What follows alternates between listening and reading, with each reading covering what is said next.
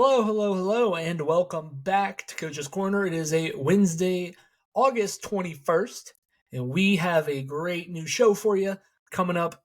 We talk about a certain division that features two playoff teams and two teams with high expectations for their, I'd say, respectively young rosters. But first things first, do you hear that? Da, da, da, da, da, da, da, da. Wait, is that the noise of the da, ba, da, da, da, da, da, da? That is right. College football back in our lives. It is week 0. We have 4 games this upcoming week. Not too terribly exciting. We do have one exciting game that we'll start off with here in a moment between two ACC foes. So we do get a conference matchup in week 1 across the pond, but not in England, in Ireland. And so we'll get to that in a moment here. But it is finally time that we get back to college football, that we get back to the sport that we all know and love, and we get to gamble on. And it's a sport that I've gotten pretty good at with gambling. I've been over 500 the past 2 years. I was 30 games over 500 last year. And so I look forward to this season, but I do have to preface this. Anything I do say here, it's all based off of the vibes. And it's kind of bad to base everything off of vibes because, frankly, that's all this is because none of these teams have played a game yet. We haven't seen what they look like on the field. Now, we've seen some of these players, but the version of these teams we have not seen. So, really, I'm taking substantiated guesses, but with all that being said, doesn't matter because we have the college football picks and we will get into them right now. That is right. We start off, as I teased, with Georgia Tech and Florida State. Like I said, over in Ireland, making the trip. I think today was most of the teams' kind of time that they're going to go out. So Georgia Tech should be I'd say respectable ACC team this year, more respectable than they have been. I feel like there's a little bit more hype around this Tech team because a lot of people like Haynes King and what that offense did down the stretch. But Florida State is a top 10 team for a reason. They were snubbed out of the playoffs last year. Frankly, they proved that they weren't, I think, when they sat all their starters and basically got mollywopped by Georgia. But still, Florida State has a lot of talent they're bringing in. Quarterback DJ Ukulele is really kind of their saving grace, hopefully. This is what they're banking on for their offense. But my pick for this game, Georgia Tech plus 11.5. Now, I kind of laid it up right there where I teased it, where this offense, frankly, I think the Georgia Tech offense can score, good amount of points here in this matchup. Florida State's defense is probably better than their offense right now, but they still lost a lot of starters, a lot of talent off of that defense. And so for that reason, I think Georgia Tech will, be competitive in this game.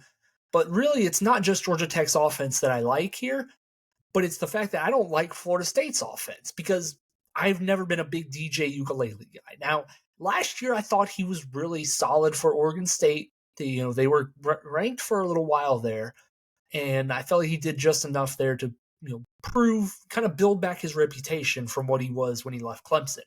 Now, that doesn't mean I think he's a starting quarterback for I'd say a college football playoff hopeful team. And I think this is really going to be where it shows because Florida State is also, like I said, on both sides of the ball, they lost a lot of talent and they lost both of their starting receivers and their starting running backs. So I didn't even mention their tight end. So Florida State is really kind of having to replenish all of these skill weapons as well as introduce a new quarterback who, like I said, frankly, I don't think is that good. He's solid. Don't get me wrong, solid. But that, margin of error, I think will be really kind of razor thin. And I don't know if that Florida State offense will come out jumping. And for that reason, I think the plus number is just really attractive here. And it's not me saying Georgia Tech's going to win this game. Don't get that twisted. But a double-digit point spread here feels like too much for, like I said, a team that, frankly, I have to see it to believe in Florida State and a team in Georgia Tech who I think is going to be kind of undervalued here. Like I said, at that plus 11.5. It's not even just 10 because I can see Florida State winning by 10, but you still get the cover from Georgia Tech. So I like Tech here to cover the 11.5. give me them, just based off of, preseason hype. I feel like they're going to come in ready. I think they're just going to be, I don't know. I think there's just a good energy there where they will at least keep this competitive. I don't think they win the game. I think they keep it within the 11.5. But moving on to another team who's now being introduced into the ACC, and that is SMU. The Mustangs have finally made it to a Power 5 conference, a Power 4 conference now that Pac-12 is dead. Sad, rest in peace. But SMU is starting off their season traveling to Nevada. And my pick here is not between one of the teams. Nevada Wolfpack, I don't have a good feel of what a Mountain West team looks like at this point in time. And SMU, I bet a lot on SMU last year. They did me pretty good. They helped me out in a lot of situations. Now, they blew it against Boston College in the bowl game, but we won't talk about that. New year, flip the page. We are on to this year. But my pick in this game is the total.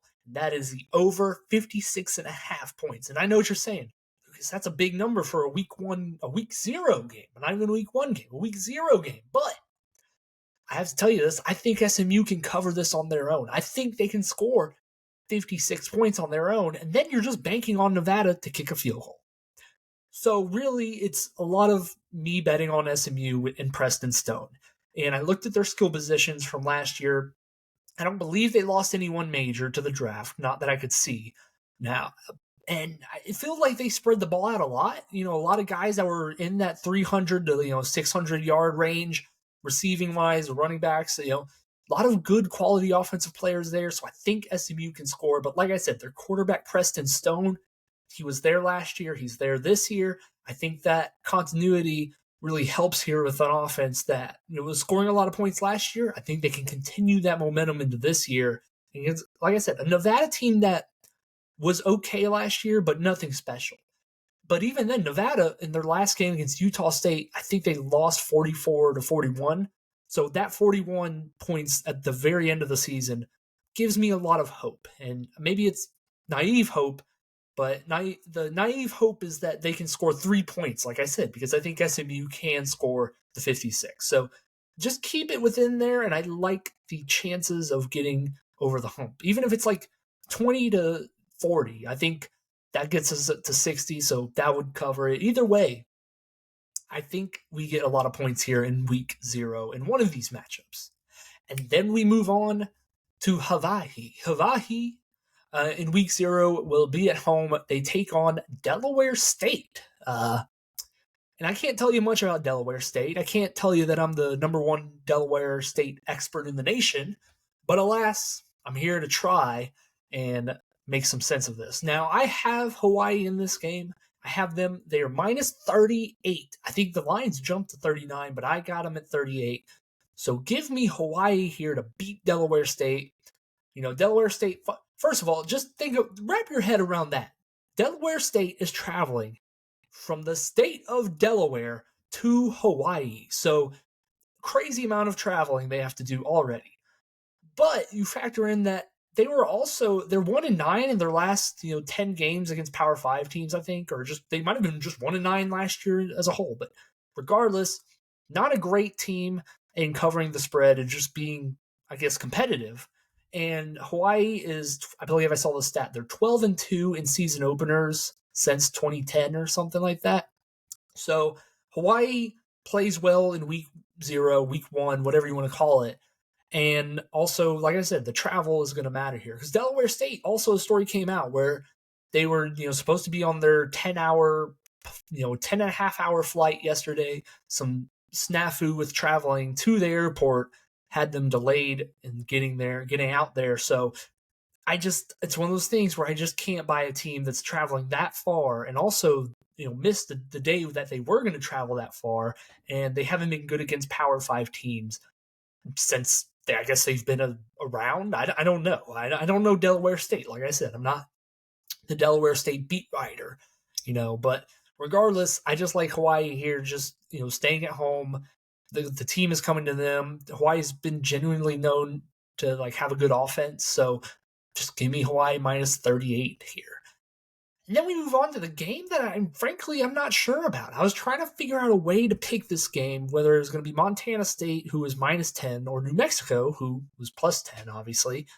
And I couldn't land on, a side for either of those because Montana State is the number 4 ranked FCS team, a fairly, good stat there where basically they're up there in the ranks with North Dakota State, South Dakota State, Montana, the normal Montana University.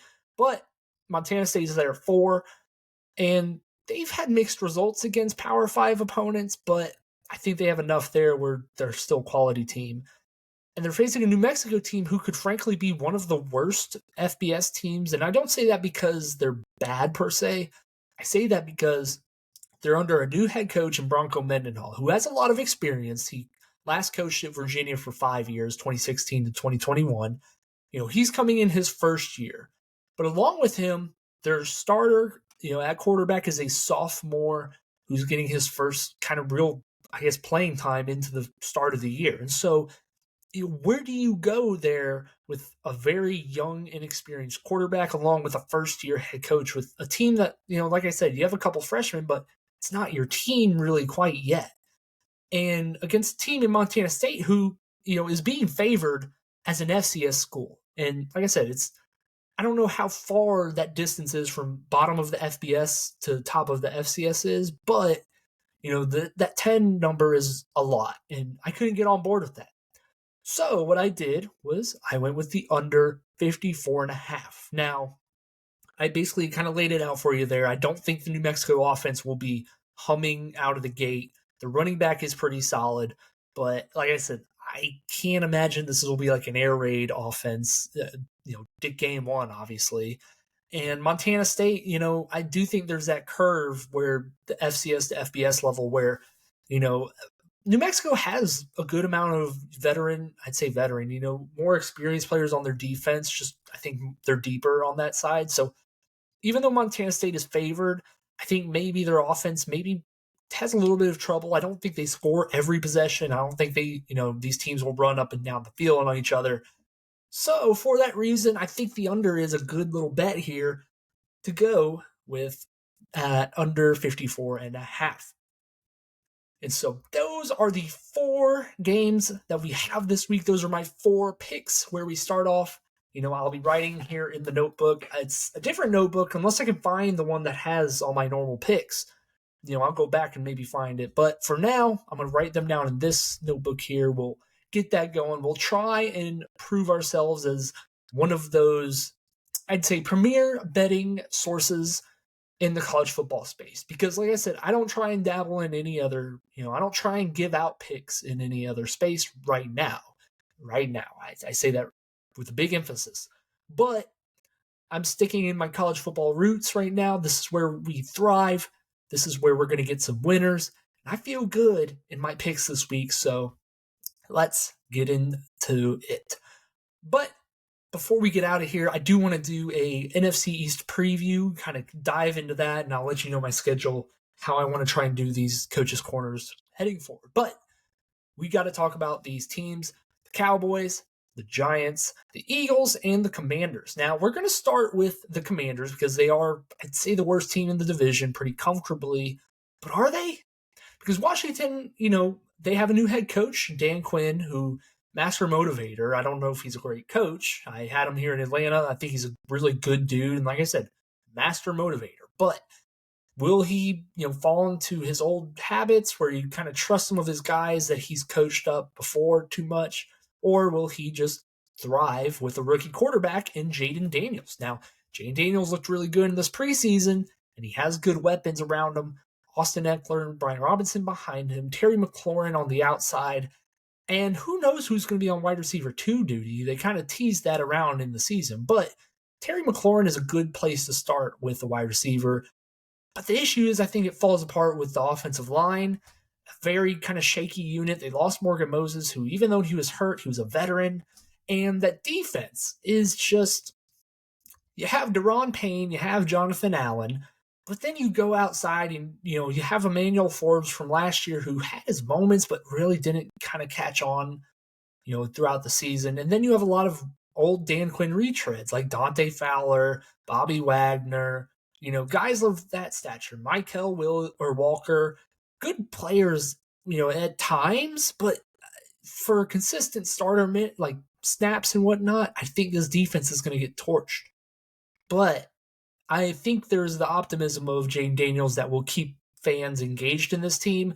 And I mean, we saw RG3 thrive in his rookie year and really take off, and it didn't matter what the defense did, really, because RG3 was terrific. So maybe Jane Daniels does that, but this year I think you're going to look at a lot of getting the culture built, a lot of the foundational pieces here, because Dan Quinn wasn't great in his first year here in Atlanta, but that second year he went to the Super Bowl. So you're going to get a lot of just kind of building this culture up, having your rookie quarterback grow. But then we move on north, we move on to New York, city that never sleeps. But the clock is ticking for Daniel Jones and company. Daniel Jones struggled last year, then he got hurt, so then you can't really see what you have.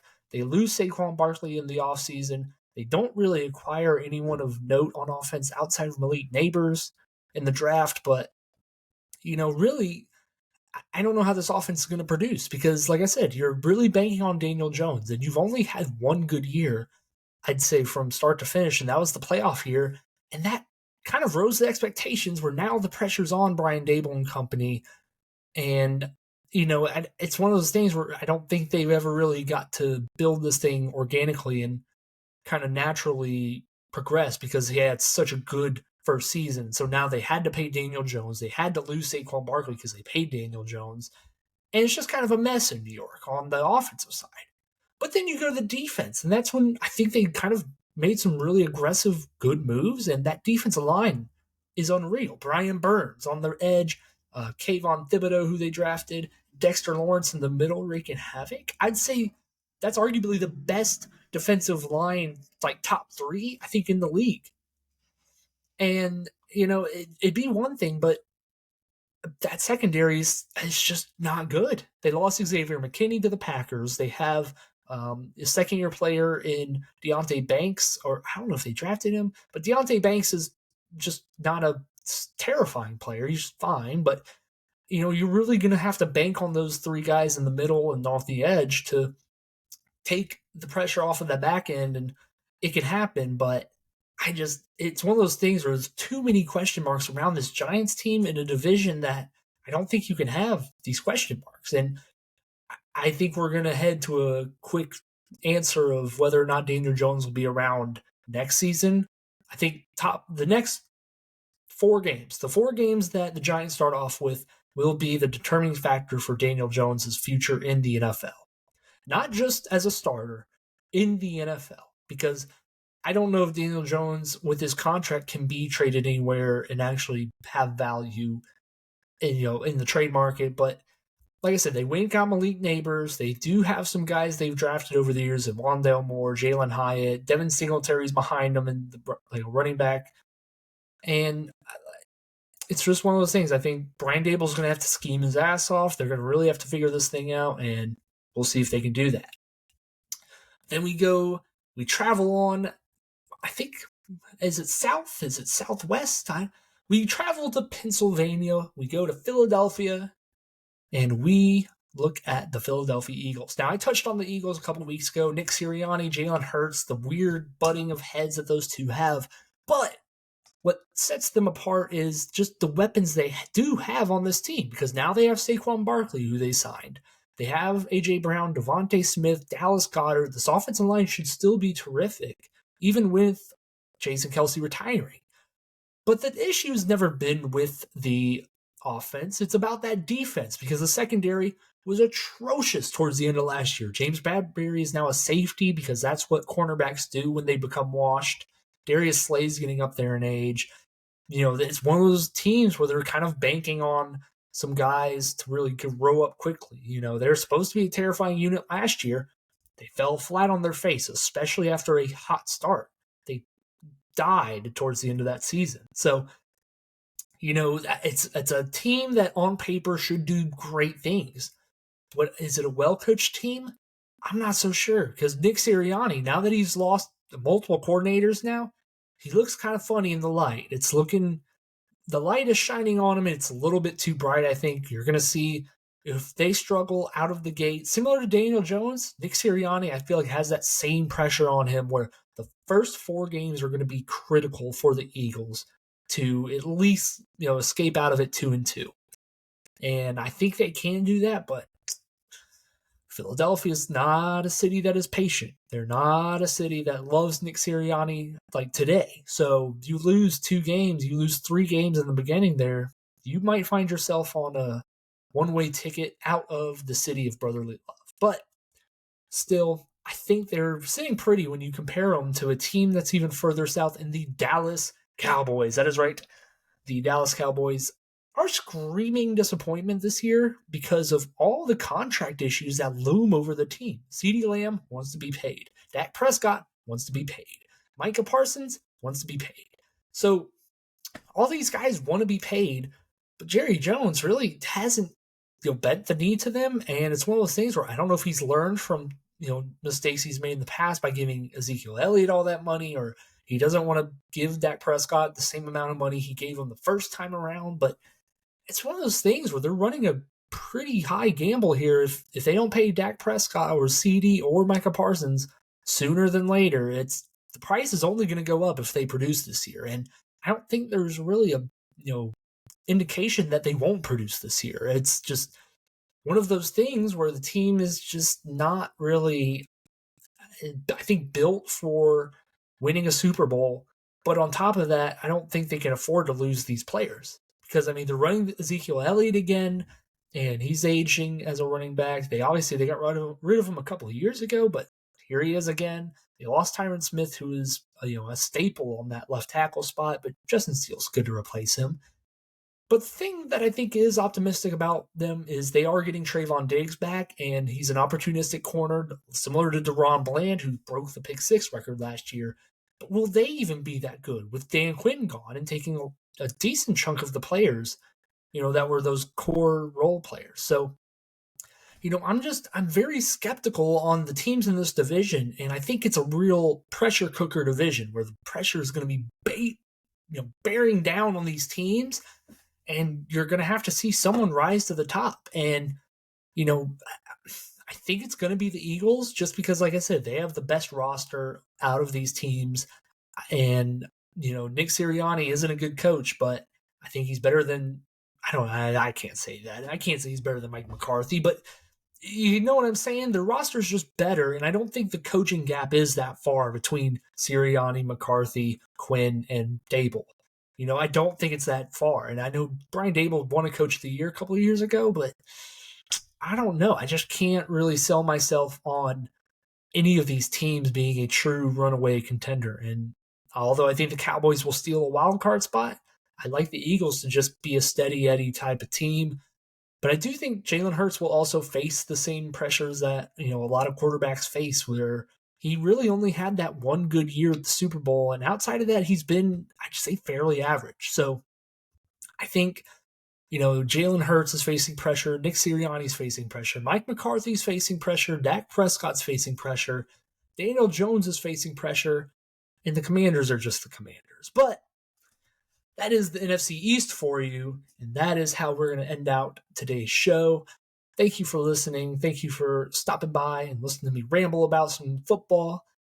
But like I said, I'll give you the update here. Basically, school is back in session for me, so these daily shows are a lot harder to make, a lot more prep that I have to do in short times. Timing is hard. That's basically the moral of the story here. So, with that being said, we might switch back to an old schedule I think I had, where basically it's like Mondays I'll record and release, then Wednesdays I'll record and release. It'll be kind of similar to how I was doing it, where I will be doing it around this evening time, and you can enjoy it on the night of or the day after on that Tuesday, Thursday. So with all that being said, we're going to cut back on the shows, but that doesn't mean the content will not be there.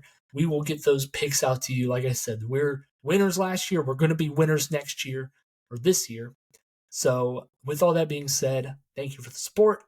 Make sure you like, share, subscribe, do all that good stuff. And I will see you guys next time. Goodbye.